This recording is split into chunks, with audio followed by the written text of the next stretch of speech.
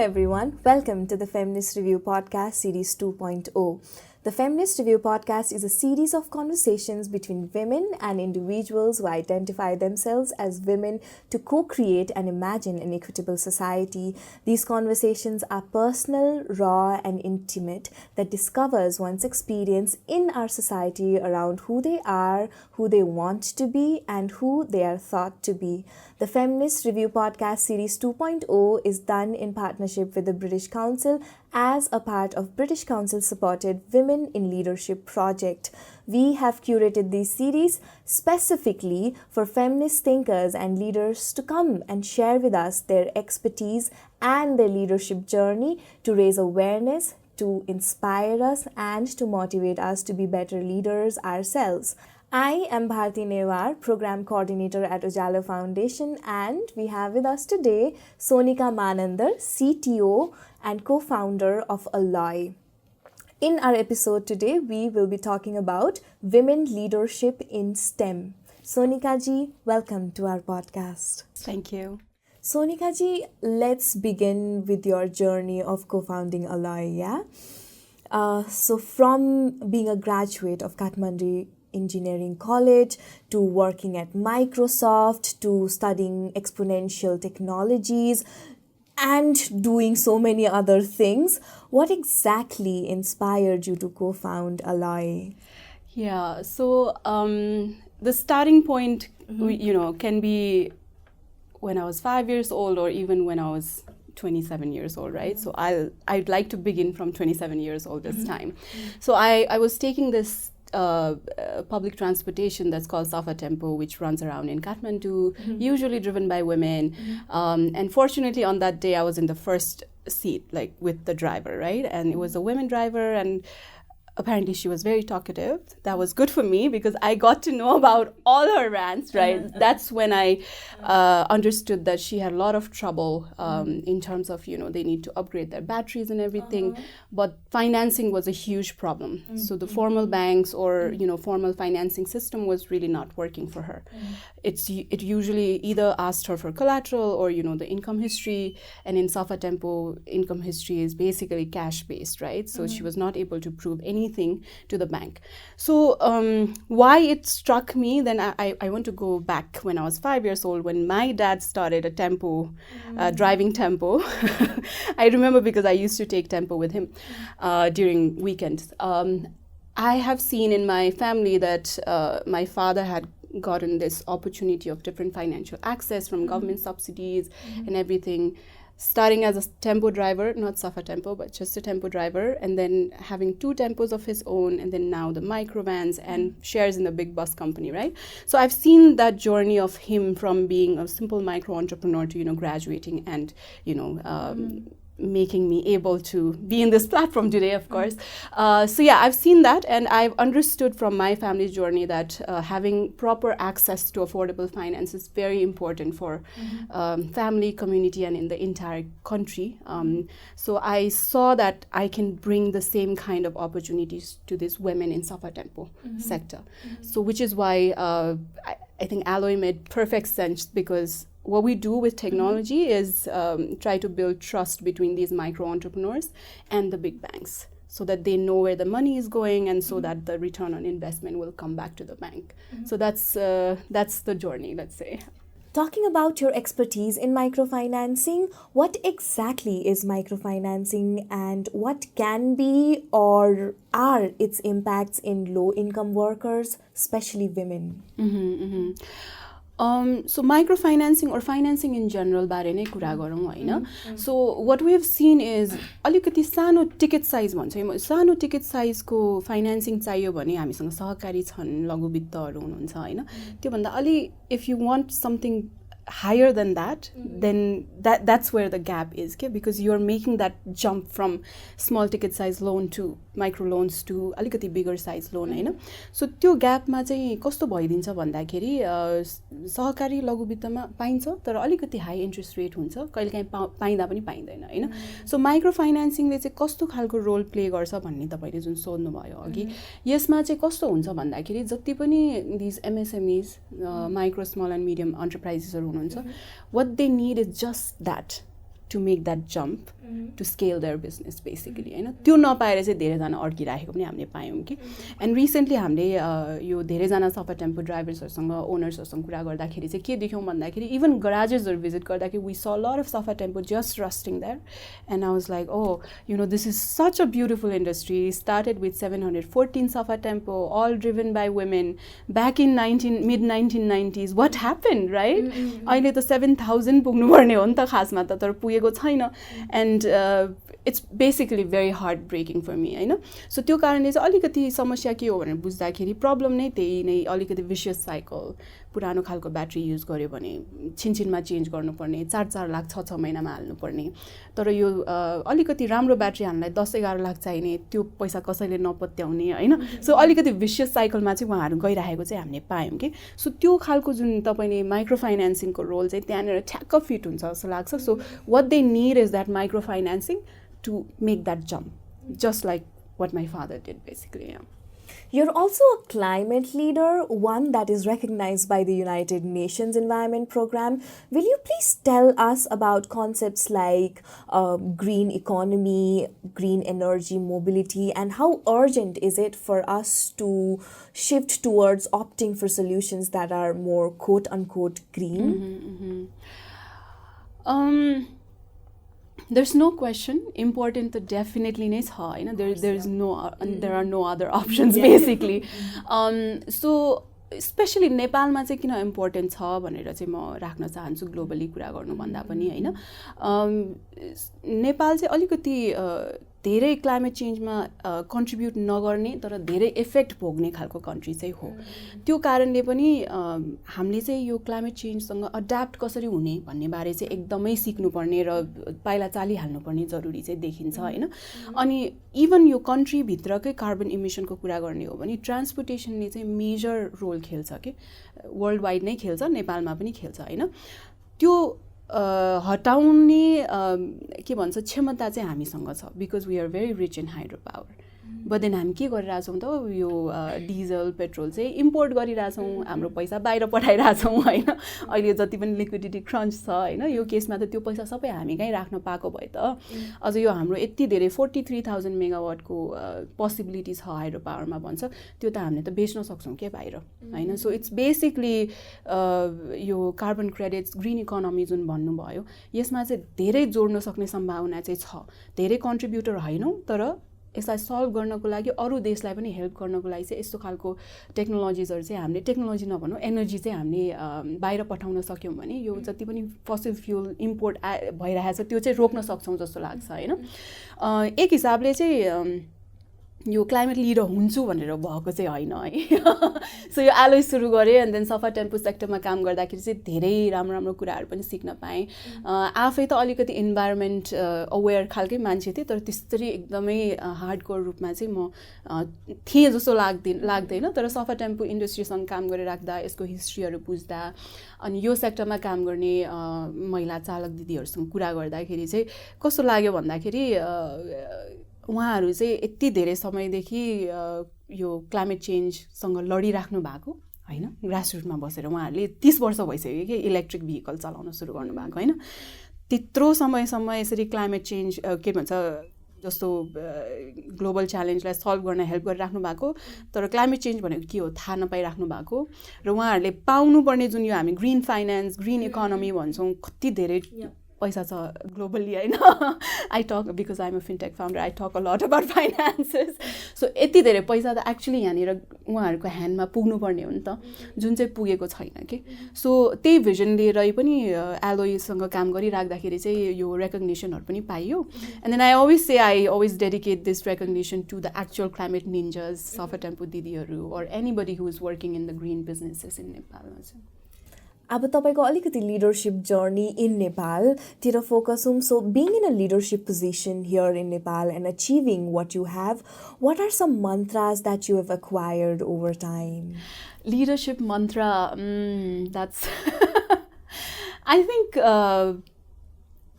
perseverance भन्न चाहन्छु तर also knowing when to stop that right because when you are leading something it's it becomes your baby basically and then you don't want to let it go होइन. So persevering towards your goal, but then if it is not working, you need to change. Otherwise you will die.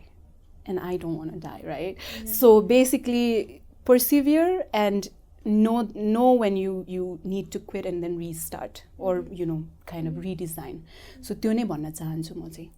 Throughout your leadership experience in Nepal, तपाईले of course individualसँग होला कि organizationsहरुसँग होला collaborate गर्नुभयो हैन. So त्यो collaboration तपाईको लागि कतिको important थियो अनि तपाईले चाहिँ कुन के strategiesहरु चाहिँ use गर्नुभयो to sustain that collaboration?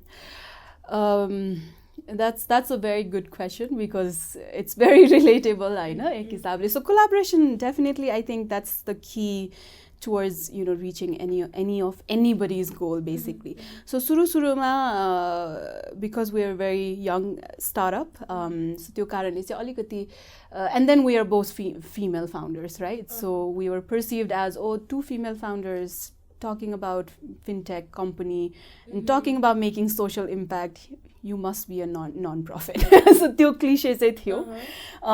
But then मलाई चाहिँ के रमाइलो लाग्थ्यो भने I'm gonna sit here for 5 hours, tell you what I'm gonna do and tell you how am I going to make profit from doing this and also making a social impact भनेर चाहिँ challenge जस्तो लिन्थे. And people would understand eventually, right? When you have that patience to let them know what you actually aim for. So initially collaboration मा चाहिँ अलिकति hiccups चाहिँ आयो, but then we also got opportunity to different beautiful organizations who were open towards innovative solutions, but then not hesitating to just use SMS and not the sophisticated apps or internet, right? So we found अलिकति like-minded partnersहरु and collaboration मा help भएको छ. अहिले चाहिँ specifically अलि सजिलो भएको छ because we have made our name and people know about us. त्यो त छँदैछ. यो sustain गर्ने कुरामा अथवा how to start that initial conversation भनौँ न, which as an introvert it's very difficult for me. So initial days मा चाहिँ केसम्म पनि गरियो भन्दाखेरि कुनै conferencesहरुमा if we're there and someone is speaking in the panel and we found the person interesting भने चाहिँ उहाँहरु टी लिन जाँदाखेरि चाहिँ we used to run after the person and that got our first contract, by the way. So that's how we started. And यो software tempo को दिदीहरुसँग कुरा गर्नु पर्दाखेरि पनि यो initial days मा अलिकति सर्वे बुझौँ न भनेर जाँदाखेरि चाहिँ यो NAC मा बस स्टप मा बस्ने अनि फ्रन्ट सीट मा बस्ने कुरा गर्दै जाने wherever they were going भन्ने जस्तो थियो हैन. And it was very difficult for me as an introvert because सुरुको यो प्रश्न राख्न नै गाह्रो हुन्छ नि त. I'm not like that, हैन. So त्यो कारणले हाम्रो प्लान चाहिँ के थियो, मेरो को-फाउन्डर म सँगै भेट्ने NAC मा and then उ चाहिँ पछाडी बस्छ, उसलाई नेपाली आउँदैन, पछाडी बस्छ, म अगाडि बस्छु, म कुरा गर्छु भन्ने थियो. Usually म अलिकति ढिला पुग्छु हैन, तर त्यो दिनमा I went there 1 hour before the planned time because I was very anxious. I was like, how am I going to talk with the person? What if she is very rude? I had no idea. So म त्यहाँ गए, स्टेशनमा त्यहाँ बस्ने ठाउँ थियो, बसे 15 minutes जति बसे होला and then there was one tempo which just came. अगाडिको सीट खाली थियो, म मेरो को-फाउन्डरलाई नकुरिकन गए के. So I guess that conversation was very interesting. So I think collaboration sustain गर्नलाई अथवा start गर्नलाई पनि I guess आफ्नो साइडबाट चाहिँ त्यो push चाहिँ दिनुपर्छ जस्तो लाग्छ. Of course collaboration means two-way, but it's usually if you are the one who wants something from the person, then you'll have to regularly follow up and chase after that. Yeah. So नेपालको महिलाहरूको लागि, especially the ones who've been working in the field of STEM, के opportunities अनि के barriersहरू चाहिँ तपाईले देख्नु भएको छ? मेरो पर्सनल जर्नीको कुरा गर्ने हो भने चाहिँ I've seen lot of opportunities. I found lot of opportunities, हैन. Having said that, challenges थिएन चाहिँ भन्दिन.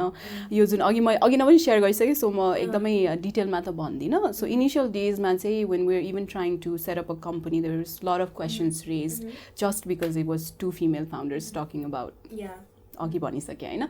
सो त्यो कारणले चाहिँ इनिशियल डेजमै त्यस्तो अलिकति डाउटफुल क्वेशन्सहरु आको भएर चाहिँ are we in the right path भन्ने जस्तो पनि हुन्थ्यो कहिलेकाहीँ. तर me being me, I take it as a as a challenge and see the opportunity to explain about our system. That was our first pitch one as a startup, trying to make sure that the lawyer understands and they are okay, helping us form this company. So initial days देखि नै त्यस्तो challenges चाहिँ थियो. तर as a women leader or specifically in IT भनौँ हैन, when I started there were not many women in IT or हुन्छ नि startup community मा पनि यसरी fintech तिरै भएको women leaders are saying हुनुहुन्थेन. So त्यो कारणले पनि lot of support came our way, I guess. एक हिसाबले dev organizations, because we are inclusive fintech, right? So अलिकति धेरै सपोर्टहरु पनि त्यो कारणले पनि पाएको हो कि जस्तो पनि लाग्छ. So I don't always take यो women leader भन्ने जुन ट्याग लगाइन्छ त्यसलाई नेगेटिभली मात्रै पनि लिदिन, तर धेरै नै के भन्छ युज हुन थाल्यो भने चाहिँ then I'm pretty fine as a startup founder मात्रै भन्दा पनि हुन्छ. Women startup founder किन भन्नु पर्यो, त्यो पनि fintech women fintech founder किन भन्नु पर्यो भन्ने जस्तो लाग्छ. तर ट्याग राख्दाखेरि पनि I am fine with it किनभने त्यसले धेरै सपोर्टहरु पनि अट्र्याक्ट भएको छ हाम्रो लागि हैन. So challenges and opportunity दुवै नै थियो मेरो के भन्छ ओभरअल जर्नीमा. एन्ड तर यो in the sector सुन्दाखेरि चाहिँ challengesहरु पनि धेरै छ भनेर चाहिँ fellow women leadersहरुबाट चाहिँ सुन्न धेरै पाइन्छ भनौँ न अझै. So there is of course a difference between 5 years ago when you were co-founding Aloi and now in the current context. So तपाईले चाहिँ के differencesहरु notice गर्नु भएको छ अनि what do you think are the factors that have influenced those differences? 5 years ago अघि पनि एउटा example दिइसक्यो, अर्को पनि एउटा example दिन्छु just to put it in the context. So 5 years ago हाम्रो first pilot भनौँ न एक ठाउँमा सुरु त गर्नु पर्यो हैन. So how we started was Facebook मा post मा चाहिँ what I wrote was who do I know in Kavre भनेर simple एउटा status राखेको थिएँ, and then lot of people reached out saying oh I'm in Kavre. So one of those people helped us get our first cooperative partner भनौँ न. So त्यहाँ गएर जाँदाखेरि चाहिँ we were nobody basically हैन. So we are saying oh we'll help you track your finance, कता गइराछ भने थाहा पाउनुहुन्छ तपाईले जुन लोन दिनुहुन्छ. Then real time मा हाम्रो सफ्टवेयरबाट चाहिँ तपाईले ओके कप किन्यो कि किनेन, कुखुरा किन्यो कि किनेन हुन्छ नि, त्यो तपाईले हेर्न पाउनुहुन्छ भनेर भन्दाखेरि चाहिँ we were fortunate, they were okay with that. So त्यहाँबाट सुरु भयो हैन. अलिकति बढी एफर्ट चाहिँ लगाउनु पर्ने जस्तो चाहिँ थियो भने 5 years down the line, first we know how to better sell our story, right? That's one. And second is people know about us. And third is because I'm invited in a lot of your speaking opportunities or panel discussions, and then the fellow panelists would be someone from some company, right? So it's kind of networking opportunities पनि धेरै पाएको हुँदाखेरि चाहिँ धेरै जनाले चिन्ने र त्यहाँ panel discussion बारे पनि I'll be able to reconnect with the person and talk about what we do. So अहिले चाहिँ so 5 years ago चाहिँ यो okay I'm gonna bring your climate finance to the grassroots green businesses in Nepal भन्दाखेरि चाहिँ are you insane भन्ने मान्छेहरु पनि थियो हैन, कसरी ल्याउँछ भन्ने कुराहरु थियो. So initially नै त्यसरी नै स्टार्ट गरेको हामीले. अहिले चाहिँ people understand and they would want to hear more because also we have data, right? हामीले 5 years सम्म गरेको कामहरुको data proves that it's possible. It's possible global green finance can come to Nepal and then we'll be able to track it and the impact of it. Whatever the finance, आको finance को चाहिँ के impact भइराछ भन्ने कुरा चाहिँ track गर्न help गर्न सक्छौं. So they are able to हुन्छ नि send more climate finance towards not just Nepal ko grassroots हैन, any of the green businesses in all over the world. So difference चाहिँ त्यसरी पाएको छु. अब यो चाहिँ मेरो context मा भने मैले अरूको context मा चाहिँ I think I'm not well suited to talk about that also. So तपाईको leadership journey मा चाहिँ communication एकदमै धेरै important रहेछ, specifically communicating your ideas through. So तपाईले चाहिँ के communication strategies हरु use गर्नुभयो? Right. I would say staying curious and asking more questions, I think. Because if I don't know what the other person wants, then I don't know how to pitch to the person, right? So I make sure that I ask enough questions to whoever I'm talking with so that I understand what they need. And then त्यसैको आधारमा चाहिँ I will be able to redesign my whatever pitch I'm thinking in the mind. So त्यो चाहिँ एकदम important जस्तो लाग्छ. अनि अर्को कुरा चाहिँ I mean it's tricky but कहिलेकाहीँ चाहिँ are you communicating with the right person पनि हुन्छ के. So त्यही भएर चाहिँ network and then identifying the key person to talk to is very important जस्तो लाग्छ. So त्यो चाहिँ I cannot say यस्तो रामबान छ यसले यस्तो गर्यो भने यसरी तपाईले राइट मान्छे पाउँछ भन्न सक्दिन हैन.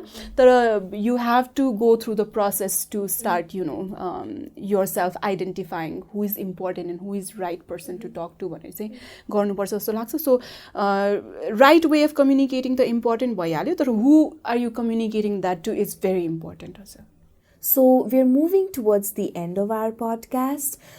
Do you have some advices that you would want to give to women and girls who are just starting out in the field of science and technology? Learning चाहिँ initial days ma I would very much hesitate to try things out. Try things out as in, okay, I want to make this cup perfect before I take it to the market भन्ने जस्तो लाग्थ्यो क्या मलाई. And because I come from the computer engineering background, I would always be like, okay, एउटा software programmingबाट एउटा output नआएसम्म I cannot demo that भन्ने हुन्थ्यो नि त. So त्यही नै mindset भइराख्दाखेरि चाहिँ initial Aloi daysमा पनि ला try गर्ने कि नगर्ने भन्ने एउटा hesitation चाहिँ थियो. But over the time, what I have learned is until and unless you go and try it out, you never know the output. Okay? That's how the startup world is, and that's how life is basically. So I'm still learning. तर यही लर्निङलाई चाहिँ तपाईहरुले एडभाइसको रूपमा लिनु भयो भने चाहिँ better हुन्छ जस्तो लाग्छ. सो त्यही नै भन्न चाहन्छु.